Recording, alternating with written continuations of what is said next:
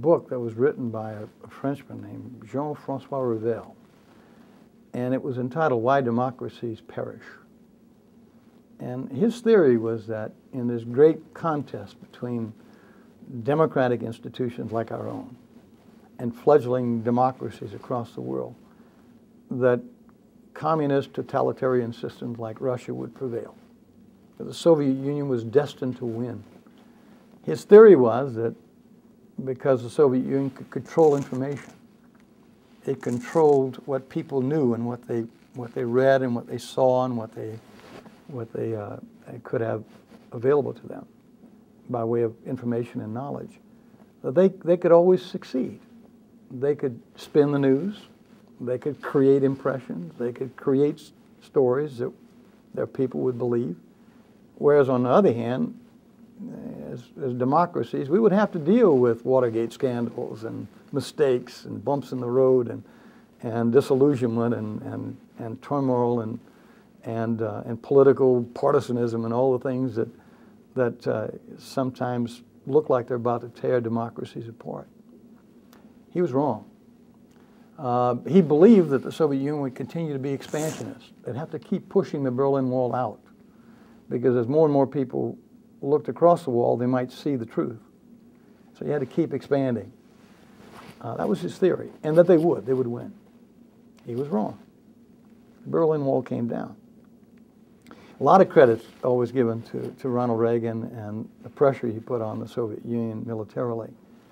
I give more credit to satellite television. You say a wall only works if you can't look over it, through it or something. Satellite television created an opportunity for folks in the Soviet Union to look over the wall. And when they would go to a supermarket and there was no pork and no beef, only a few bad cabbages, and go home and see a supermarket full of food in Houston, Texas, their human inclination was to say, I want that. When they could look across that wall and see what freedom looked like, their human spirit said, I got to have that. And the wall had to come down. And if you look at the greatest, I think, movement in terms of mankind's advancement over our lifetime, it's been there in the expansiveness of access to knowledge. The way in which people have been able to look around all the corners that have been erected by governments and totalitarian regimes and institutions and other roadblocks. They've been able to see around them and through them, and they've been able to get a sense of what's possible for their lives, for their country, for their community, for their personal lives. And their human spirit said, I got to have that. I want to be a part of that. And it's that insatiable demand for knowledge and information and possibilities in human lives that I think drives the advance of human civilization. And so the internet arrives, and all of a sudden we got a great new corridor for information to be exchanged, for people to have access to the possibilities of their lives.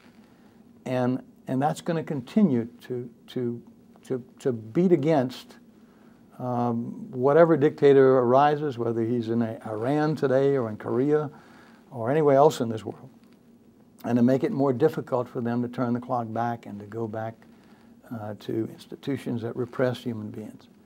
And eventually, I mean, if we don't end up in some horrible nuclear Armageddon in the meantime, because we stumble our way into it, eventually humankind is going to find its way into some sort of full realization that we're all entitled to that basic quest for possibilities, and that all of us on this planet are entitled to the same opportunities to seek them.